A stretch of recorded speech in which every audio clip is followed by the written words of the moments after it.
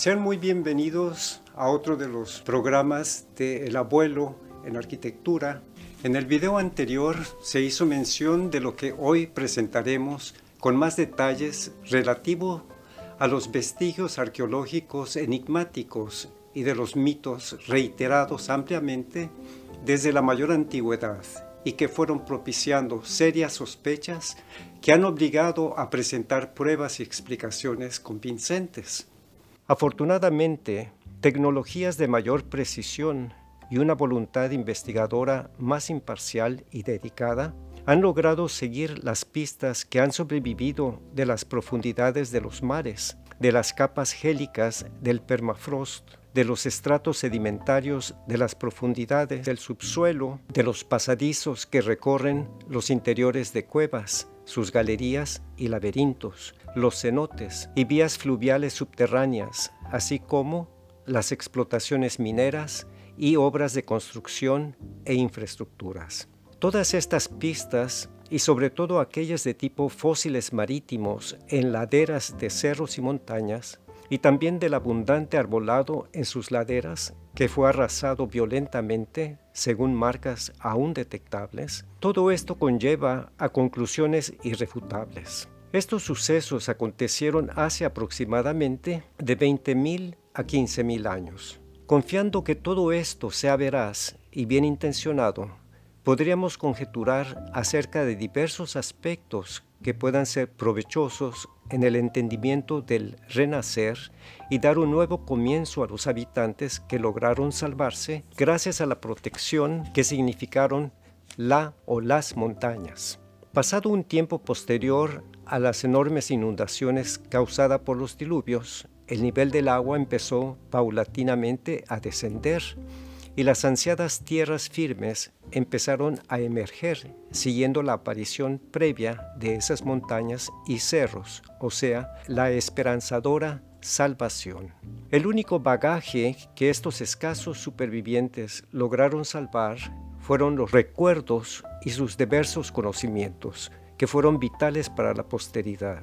Por delante habría que hacer renacer las civilizaciones que recién habían sido obliteradas. Su situación en muchas circunstancias se asemeja a estados existenciales primitivos. Sin embargo, para recuperar lo perdido sería más expedito para algunos grupos humanos, gracias a sus conocimientos anteriores, al número de habitantes que conformaban, su ubicación geográfica y a los recursos naturales que les favorecían, y por tanto habrían que volver a poner en marcha el desarrollo de la agricultura y la domesticación de animales, mientras que, en paralelo, se ocuparían en volver a activar otros oficios básicos, hasta que finalmente algunos grupos más privilegiados lograron iniciar lo que conocemos como las civilizaciones primigenias.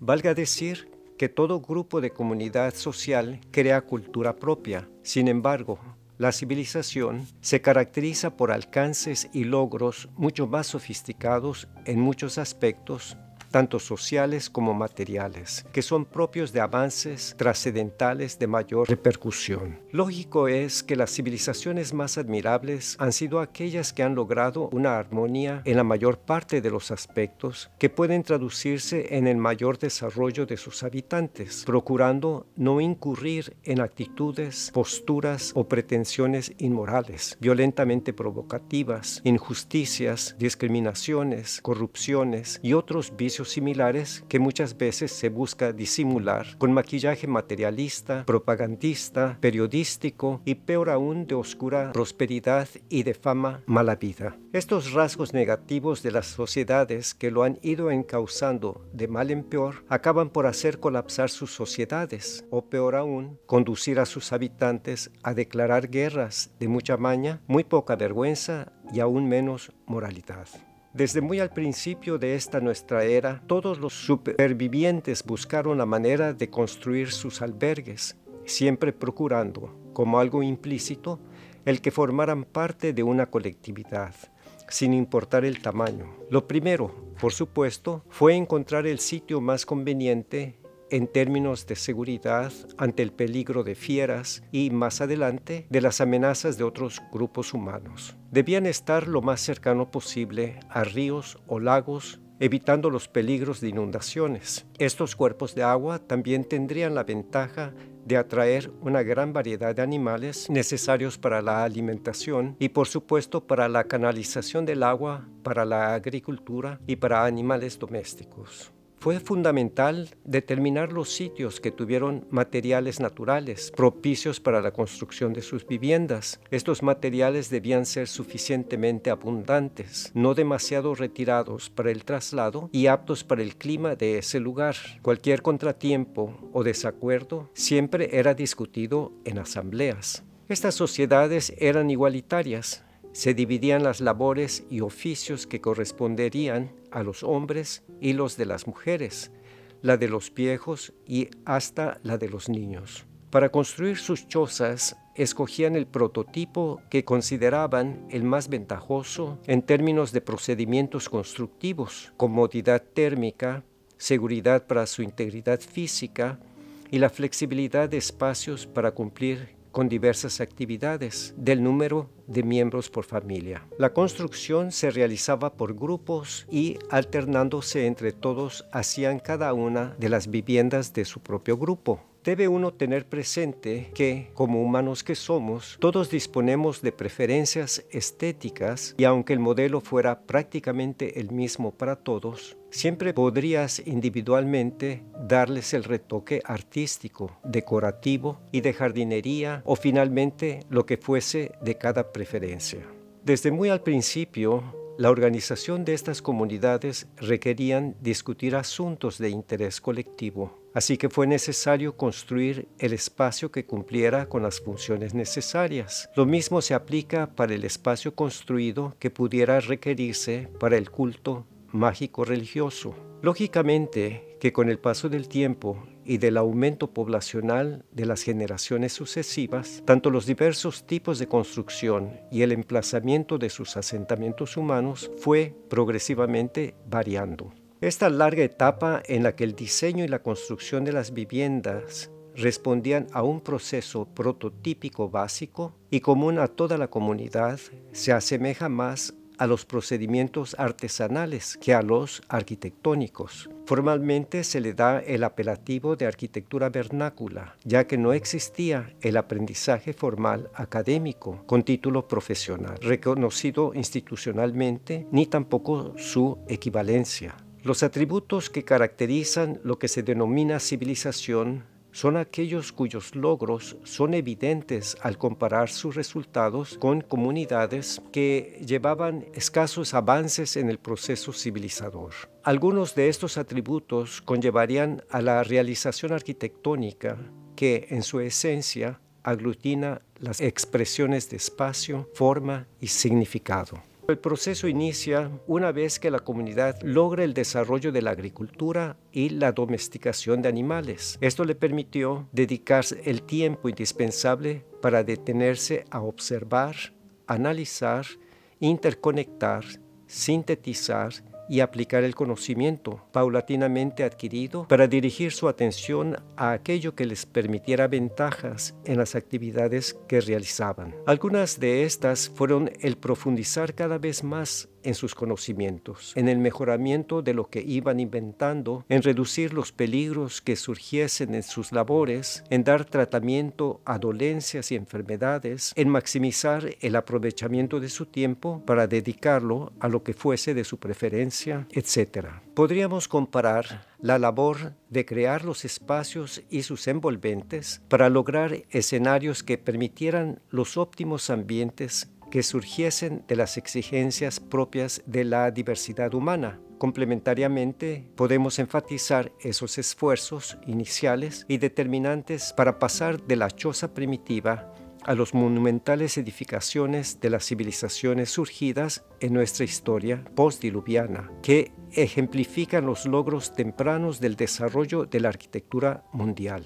Esto en la arquitectura no habría podido lograrse sin antes pasar por el desarrollo de la escritura, las matemáticas complejas, calendarios de alta precisión y una gran capacidad para integrar significados simbólicos, cálculos sofisticados de astronomía, de física aplicada a la estabilidad y la mecánica constructiva, así como conocimientos hidráulicos y sanitarios de sorprendente antigüedad que lograron sobrevivir la gran hecatombe de los diluvios. Esto explica el tiempo tan breve que erróneamente se asigna a las civilizaciones posteriores, cuando en realidad sus conocimientos fueron adquiridos durante decenas de miles de años en la época anterior al Gran Diluvio. Claramente aparecen referencias astronómicas como son las de las posiciones de las constelaciones y que con la ayuda de las computadoras se ha hecho posible señalar con exactitud cósmica las posiciones y dataciones con las que muchos monumentos arquitectónicos, tanto de los egipcios como los de México, por ejemplo, en los que se orientaron los ángulos de los ejes de sus edificios con respecto a los astros y también respecto a las alineaciones entre ciertas ciudades o con respecto a montañas en la geografía terrestre. Estos conocimientos, además, también fueron indispensables para la navegación prehistórica, o sea, prediluviana. Como conclusión de esta temática presentada hoy, podemos darnos cuenta que algunos enigmas del pasado lejano ya han sido revelados. Solo falta que los eruditos de museos y universidades de los países mencionados en el programa anterior desempolven sus bodegas en las que esconden tanta información, así como la exigencia de que se regresen las miles de tabletas de arcilla de la civilización mesopotámica que fueron saqueadas al Museo de Bagdad cuando la invasión de Irak, el inicio del siglo XXI, con el pretexto de liberar a este pueblo iraquí del supuesto tirano Hussein. Entendamos que esos tesoros no son solo patrimonio de Irak, sino lo son de toda la humanidad. Por supuesto que Irak tiene el derecho absoluto de que permanezcan en su patria. Creo que la ONU debe despertar o desaparecer, puesto que no remedia ni siquiera denuncia esas impunidades. Finalmente, volviendo a la gigantesca tarea de hacer renacer el conocimiento que permitió que nuestra reconstrucción de la civilización se lograra en tan breve tiempo, menos de 10.000 años. Y que nos ayuda a entender que la arquitectura no es solo técnica y decoro, sino que también está cimentada en el conocimiento sólido de la historia, que indudablemente agrega significado a los vínculos que enriquecen nuestra formación y desarrollo y que aumentan nuestro disfrute de lo que nuestra creatividad eleva a un nivel de arte. Con esto damos por terminado este programa, esta sesión, y nos veremos para la próxima video. Que tengan un buen día, que la pasen bien. Hasta luego.